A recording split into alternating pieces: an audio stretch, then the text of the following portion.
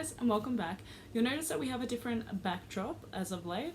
That is because we have relocated back to Australia and we are staying in a bit of a temporary situation, but that does not mean that the show will not go on. So today we have an author interview with a fellow Aussie author who is also currently living in the Sunshine Coast, which is where I'm staying at the moment, so who knows, she might be next door, we never know. And her name is Emma James. So Emma James writes the Hell's Bastard series, which is a very addictive, sexy, suspense thriller series. There's 6 books in that series, and it is complete. So if you want to grab it, the links are below. And she also writes a loved series, Men of Ocean Beach. So if you're after a little bit steamy and sexy and all that jazz, this is the author for you. Unfortunately, Emma and I couldn't organise a time where we could both meet at the same time online. So what we decided to do, because I was still super curious as to how her mind works and all the tips and advice she had to offer you guys, so she's actually done a solo.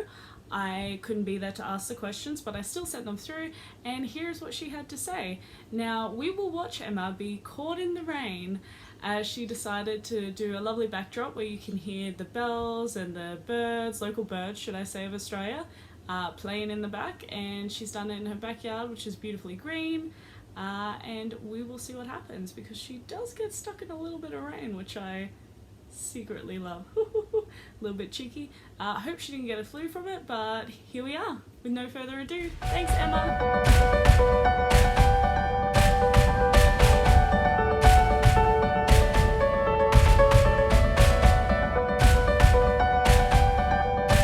Hello, I'm Emma James and I'm here today to answer some questions.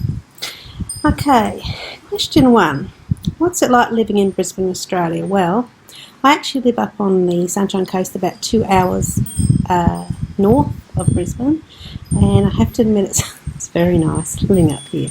I'm about 4 minutes from the airport, from the beach, and I go there regularly. And one of the 3 favourite things about living in my country: the lifestyle, peacefulness among the majority of us, and we can live without being political. We can live without weapons in our back pocket, so to speak. So that would be definitely a fave thing about living here. And 3 of my least fave, well, I have to think we're a very, very lucky country, so I can't really say anything negative, because we're very fortunate where we are. Number 2, what was your reaction from loved ones and friends when you told them you wanted to become a writer?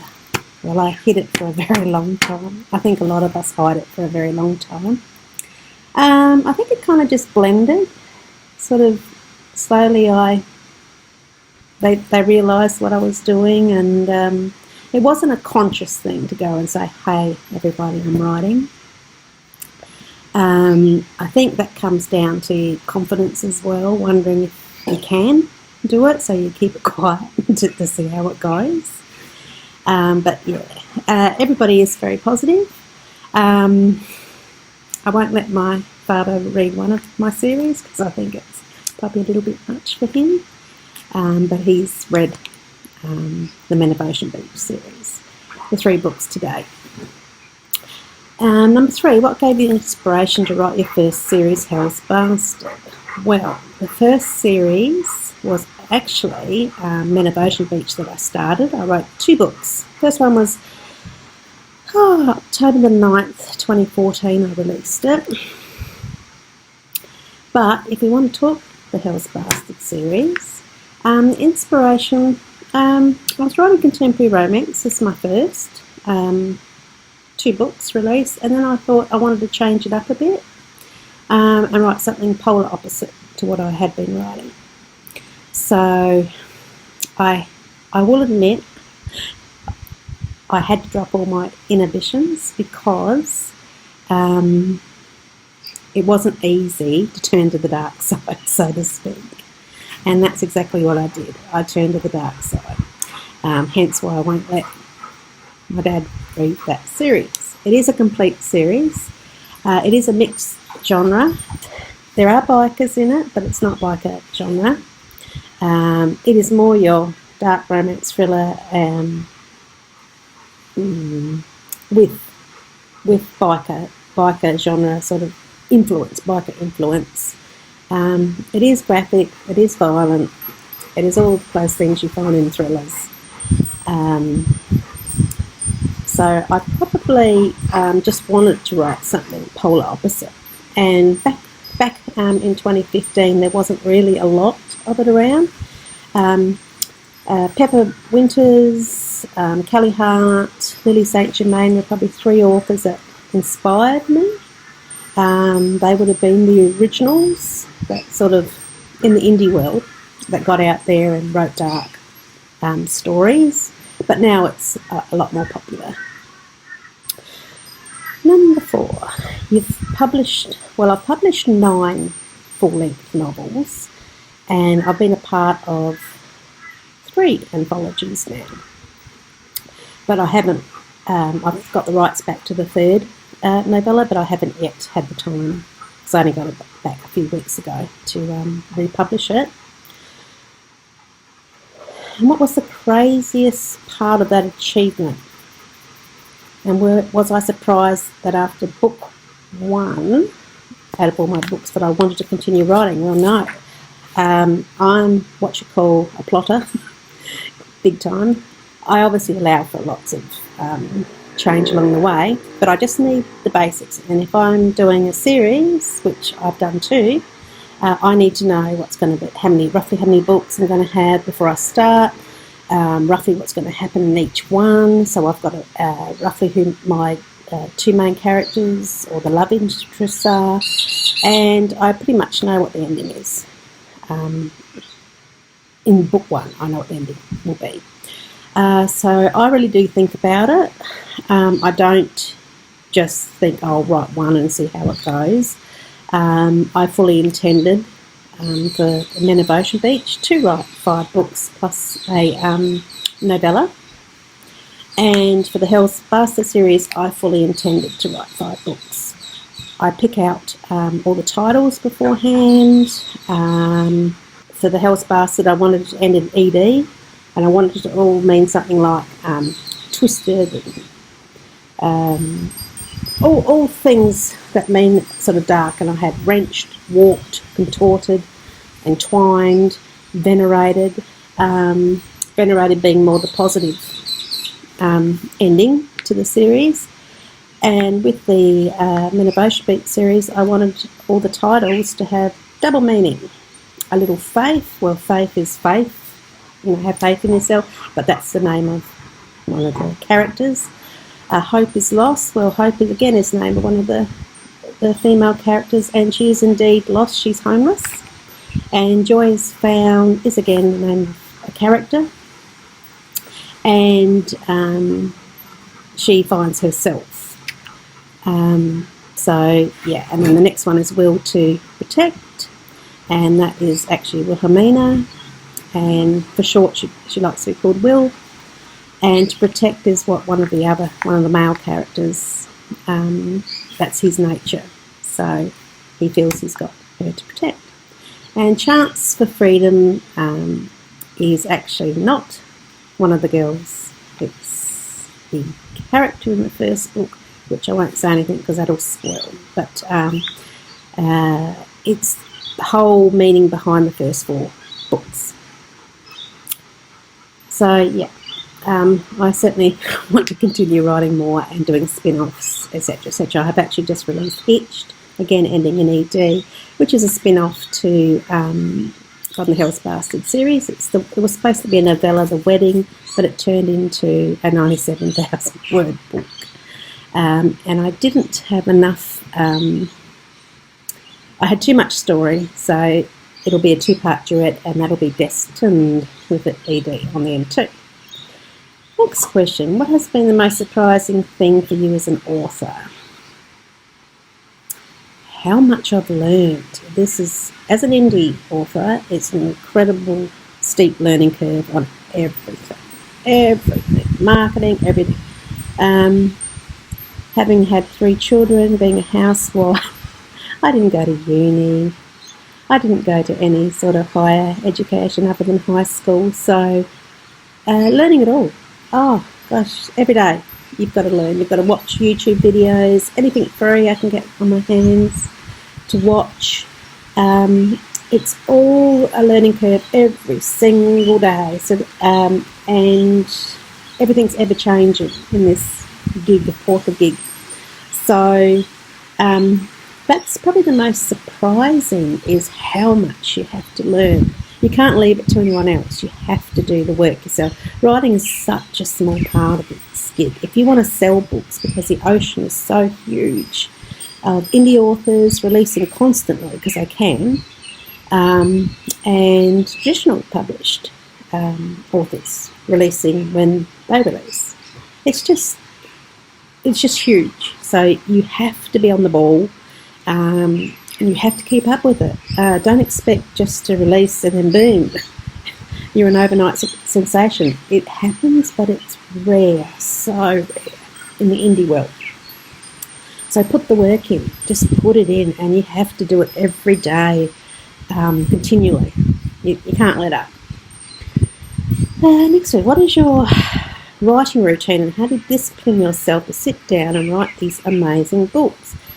How long would you say it usually takes you to finish a book from start to finish? Well, I'll answer the second part first. It varies. In any author's life, especially in indie, where we've got more leeway to do as we please. It depends what's going on behind the scenes in your life. Some of us have trauma and tragedy, and there's upsets and all sorts. And when you write from the heart and your mind, you have to be able to do that. And if you're distracted in any way, that'll slow down the process. So for me, I wrote 3 books in 14 months, released them, and then it slowed down due to personal tragedy in our family. And it slowed down quite a lot. But in saying that, I've still produced books. And my writing routine, it varies. I found in the early days I could write between 10 a.m. and 3 p.m. due to school pickup. Now I find myself working up until 4 a.m. in the morning. I can be, because I think I've realised now I've got to have all the time for marketing, etc., etc. Having input on cover design, and just doing, you're an octopus, all the feelers you've got to have out every day, and what you have to achieve. So I find, for me personally, at the moment, working anywhere between 2 a.m. and 4 a.m. works, because it's peaceful. What has been the most difficult and easiest part of being an author? Nothing's easy. It's all hard. Everything's hard, because you're doing it, being an indie author, for example, you're doing it all yourself. There's no letting up. If you don't do it, no one else does it. So, and just finding the time to get it all done. So I have to segment out my day to what I allow for marketing, what I allow for posting on social media, etc., etc. So I wouldn't say anything's easy. It's all hard. You have to be disciplined. You do. Don't think it's an easy ride when you're an indie author, because it's not. It's probably something. I was prepared to be disciplined, but I wasn't prepared for how huge the learning curve is, and it never lets up, because social media changes, Facebook change rules when it comes to advertising, etc., etc. So, what I do love is attending signings. I get to come out of my cave. And I just love, and it's not about making money at a book signing, because you don't. Not with accommodation, air flights, food, etc., etc. You don't make money. So don't even think I'm going to go to a book signing to make money, because you don't. Not unless you're one of the top authors. So you go to enjoy, and I've just come back from being away for 4 days at Books by the Bridge, Yarra Valley, which was fantastic. And have to admit I did well. I did sell a lot of books, but that's probably the easiest part of being this gig, is sitting behind a table and saying hello to everyone. Everything else is hard. What are your 3 tips you would offer budding writers? Expect work. My second one would be, it does cost money. Be prepared to probably start with a $2,000 budget, which is not very big, but that's just for cover design, editing, formatting. If you can't do any, if you can't format your own work, if you aren't a cover designer yourself. Listen to your peers. Don't think you know everything, because you don't. You so don't. Have a thick skin, because reviewers can be harsh and they can also be good. I am a person that will look at my reviews every day, because I think readers have taken the time to write it, so I'm going to read it. Some authors refuse to read their reviews. Thankfully, I get mainly good reviews, but you do need a thick skin, because everybody's a critic. Your book is subjective to everybody's different in their writing, in their reading, what they like, what they don't like, just like some people like purple, some people like pink. So yeah, have a thick skin. Don't think that you're the only one that gets a bad review or bad reviews. You're not. Every author does. We all get them. But also learn from them, because you might find something amongst those that's constructive, and don't be afraid to listen to what you read. And that was probably more than 3 tips. Do you have any special technique or selling habits that you swear by to help introduce your books to new readers? Well, I'm still learning all that. That's called marketing. Look, indie authors, we have giveaways, we have our closed reader groups where we can get a bit more personal about our lives, on Facebook. We have our newsletters, but I'm still learning all that as well. And it's just getting it right, getting everything right. Isn't easy. Next question. You've worked in a few anthologies and even co-authored with Catherine C. Kelly, an American author. How did you find the process of writing with another author? What was the most difficult part and what was the best?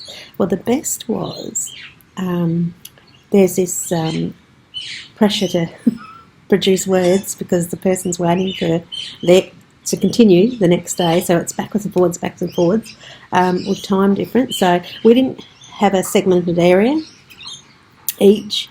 We just, one person wrote, next POV was the next person, and then backwards and forwards. So in 10 days we did about 23,000 words, which was very good for me.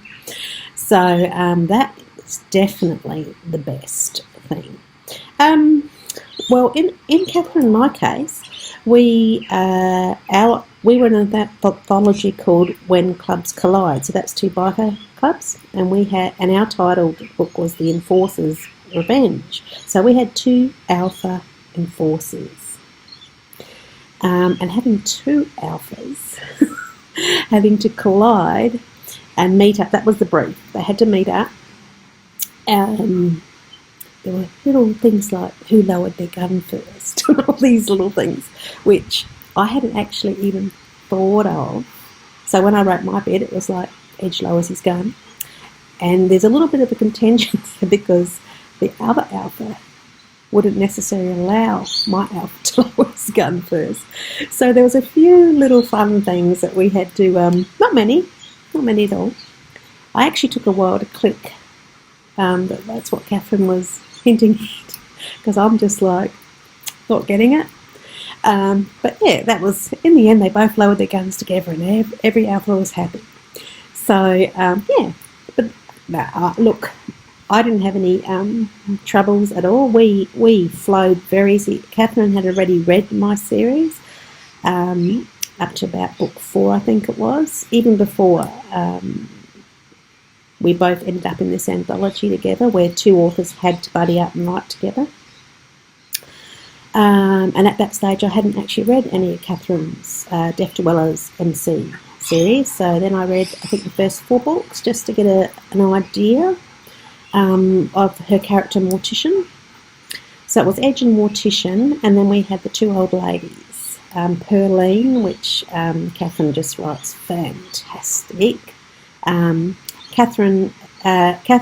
Pearline and my character, Miss Catherine, both black ladies, and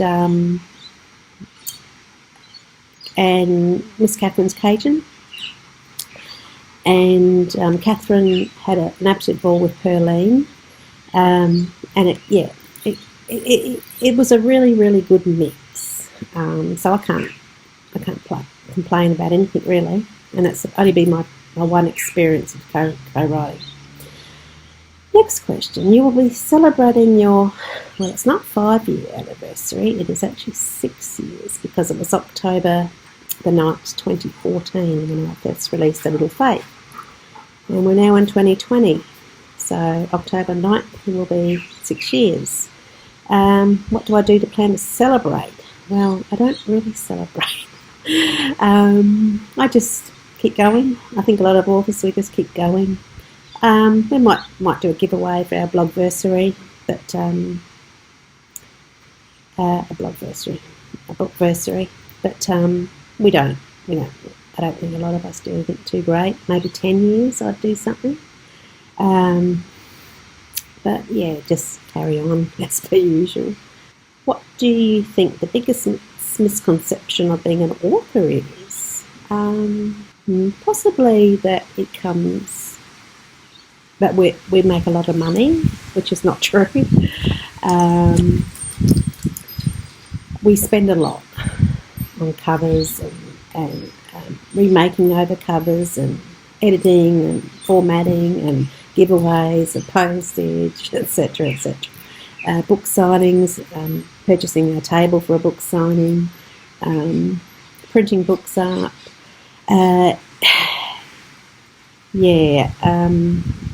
Probably that we make a lot of money when the majority are just scraping by, and probably working a full-time job. We've all got family. We do things outside of this gig. We've all got bills. Probably the fact that people might think that, oh, you're an author, you've got money. Hence why maybe people that pirate books think that we just get it easily, and we don't. So we work really, really, really hard, and you don't get a paycheck for how long it takes you to write that book. You don't get a paycheck. You're working for nothing. And then if your book doesn't sell, you're still working for nothing. So yeah, that would probably be the biggest one I can think of. What is your biggest goal or dream as an author? Oh, wouldn't we all like our book made into a movie or a TV series? Of course we would. But also, it would be nice to make some money. More than enough that you just scrape by each month. But definitely, I think the ultimate would be to be on Netflix, have your story made into a Netflix original or a movie. The next question, it's just started to rain, like it's pouring behind me, so I hope you can hear me. What are the things that you'd like to do outside of the book world? It's really raining. What monopolises your time elsewhere? Oh my goodness, it's really raining.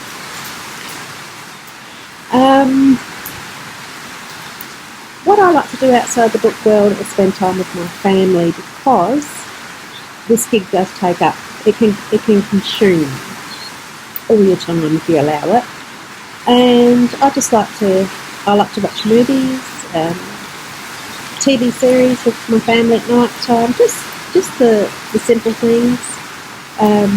I love going to the beach, and especially just sitting and listening, just staring at the water. No, that sounds funny, but it is actually very relaxing. I enjoy cooking. I pretty much cook every single night of the week, and it's a way of relaxing. I'm getting wet. Yeah, let me just try and move forward. Yes, it's getting very wet. I think a storm has arrived. Okay. Ooh. Okay, next question. I'll just get the computer out the weather. I'll try and speed it up. Now, okay. My bio says that I love pina coladas and not getting caught in the rain.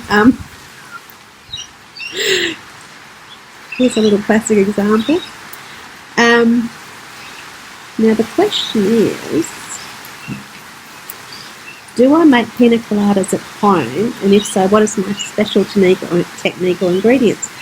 Well, a pina colada has not been made in this home for a very long time. I could show you a tiki bar that's just over here, but I won't. But years ago, hubby liked to get behind the bar and make up some cocktails, and pina coladas is one of them. But I don't think they quite tasted like what you get at the bar. So I actually prefer to buy a pina colada at the bar. And some random questions. What's my favourite book? Wow. That's a difficult question. I have a lot of favourite books. So, I'm just trying to get a bit of a better light here. I have many favourite books. But I do like, as far as paranormal, Black Dagger Brotherhood. I'm a very big fan. Which will answer the next question of who my favourite author is to follow, and that would be J.R. Ward. But I also do love Karen Marie Moning, the Fever series. So they're probably my two answers to two questions there in a nutshell. But I have many favourite authors and many favourite books. And what's my favourite food? Steak, hands down steak. I don't have it often, but I love a really, really, really nice piece of steak. What's my favourite colour? Purple. I like purple. I have a few other colours, but I like purple. My favourite animal? Well, my dog's Black Labrador is around here somewhere. I think he's gone off the play in the rain because he's weird like that. And we have a cat called Morrison, who's a weirdo. So I'd probably have to say a cat and dog. Dogs are my favourite animals. But I kind of do like little hedgehogs as well. I think they're rather adorable. But, yeah, I think that's the end of my interview. So thank you for listening. Goodbye, and I'm going to get out the rain. I think my back's probably got a bit of spray on it. Okay.